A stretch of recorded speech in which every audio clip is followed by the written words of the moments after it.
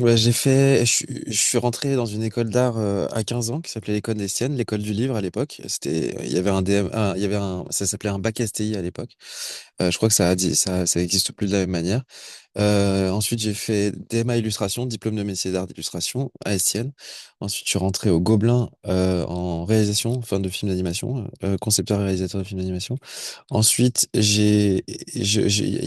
l'époque, pour faire son film tout seul au Gobelin, le seul moyen, c'était d'aller à la CalArts, la California Institute of the Arts, qui est l'école qu'a créé Walt Disney pour former ses techniciens. Donc, j'ai fait un échange là-bas d'un an. C'était sur dossier. Ils en prenaient un sur les 25 qu'on était à l'époque au Gobelin. Donc j'ai fait ça, j'ai fini les Gobelins dans cette école. Ensuite, j'ai eu mon diplôme des Gobelins. Je me sentais pas prêt pour être totalement dans le monde du travail parce que j'avais fait des stages et ça me correspondait pas trop les studios à l'époque. Et du coup, je me suis dit tiens, je vais faire un. J'ai commencé à bosser l'été.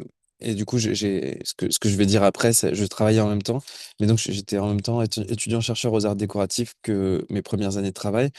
Et l'année d'après, en même temps que je travaillais encore une fois, j'ai fait une formation qui s'appelait Animation sans frontières, qui était dans 4 grandes écoles européennes d'animation, qui nous apprenait à financer nos films dans le milieu européen, quoi, dans l'écosystème européen.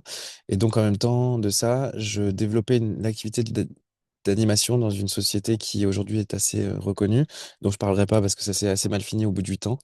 Mais donc j'ai développé cette première société qui marchait bien, où j'ai fait pas mal de courts-métrages, où j'ai produit aussi beaucoup d'autres gens. Et puis, j'ai commencé la BD en parallèle. J'ai joué dans un film où Félix de Givry jouait. On s'est rencontrés. On a coproduit pas mal de choses ensemble. Et puis un jour, on s'est dit, ben, au bout de 2, 3 ans où on collaborait ensemble, on s'est dit pourquoi on s'associerait pas vu que ça. Et puis lui, il avait un label. Il en avait aussi un peu marre de de bosser dans son label de musique. Et donc, on a décidé tous les deux de s'associer et de créer une société de production qui serait faite comme on le voulait, enfin voilà, et, et qui nous permette d'avoir plus de liberté. Voilà. Et ça, c'est peut-être quelque chose qu'on peut dire, surtout si ça s'adresse aux jeunes, c'est de détenir les moyens de production. C'est quand même le meilleur moyen de.